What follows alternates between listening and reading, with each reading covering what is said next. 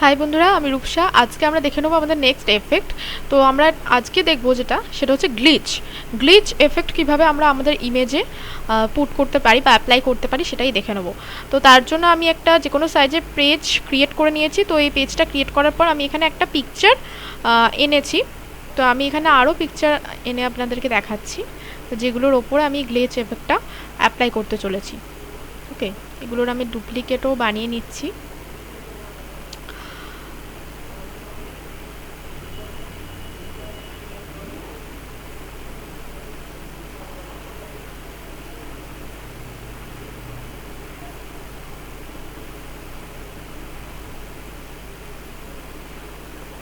ওকে, তো এই পিকচারগুলোর ওপর আমি এই এফেক্টটা দেবো। তো ফার্স্টে এই পিকচারটা আছে যেটা আমরা সিলেক্ট করব। এখান থেকে এফেক্টসে যাব, এফেক্টসে গিয়ে আমাদের গ্লিচ অপশানটায় যেতে হবে। তো এখানে আছে গ্লিচ অপশান। তো এখানে গিয়ে যদি আমি সি অল অপশানে ক্লিক করি তাহলে আমরা এখান থেকে বিভিন্ন ধরনের গ্লিচ এফেক্ট পেয়ে যাব। যেমন আছে স্প্লিট, রেডিয়েট, নেক্সট আছে এখানে ট্রেস, টেন্সিল, ওপাল, এই ধরনের বিভিন্ন ধরনের মিরর, তো মুড স্টোন, বিভিন্ন ধরনের গ্লিচ এফেক্ট আছে। তো গ্লিচ এফেক্ট এতগুলো ধরনের হয় যেটা আমরা অনেক ক্ষেত্রে আমাদের পিকচারে অ্যাপ্লাই করে থাকি। তো তার জন্য আমাদের কোনো রকম ফটো এডিটিং সফটওয়্যারের প্রয়োজন নেই, যেটা আমরা ক্যানভাতে খুব ইজিলি করতে পারবো।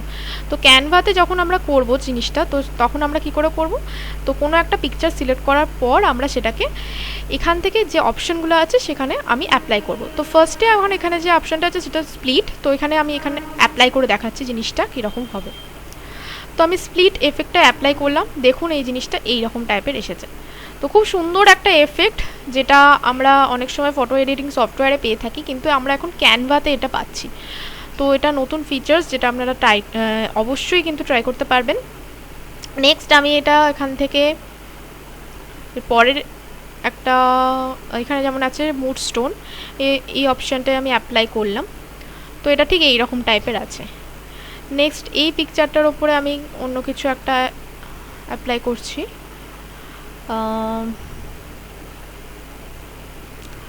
তো লোডিং হতে একটু টাইম লাগছে। ওকে, তো এখান থেকে ট্রেস এই অপশানটা এখানে অ্যাপ্লাই করলাম। তো এটা দেখুন এইরকম টাইপের আসছে। ওকে, নেক্সট এখান থেকে যদি আমি ওপাল এই অপশানটায় ক্লিক করি তাহলে এই ধরনের গ্লিচ এফেক্ট আসছে। তো প্রত্যেকটাই কিন্তু আমরা আমাদের ইচ্ছা মতো কন্ট্রোল করতে পারবো। তো সেটা কিভাবে করব সেটাও দেখিয়ে দিচ্ছি। তো যেমন আমি এই পিকচারটার ওপরে সাপোজ আমি গ্লিচ এফেক্টটা দিচ্ছি। তো যখন আমি এটাকে অ্যাপ্লাই করব, তো এরপরে আমি সাপোজ এটা আমি দিলাম এবং এখানে এই যে আইকনটা আছে এখান থেকে আমি এর অ্যামাউন্টটা এখান থেকে আমি কমাতে পারবো।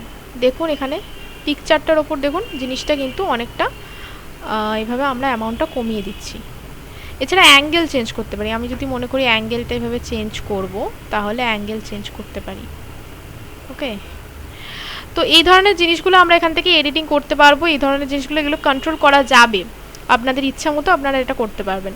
তো করার পরে জাস্ট এখানে অ্যাপ্লাই অপশানে ক্লিক করার পরেই জিনিসটা অ্যাপ্লাই হয়ে যাবে আপনার পিকচারের উপর।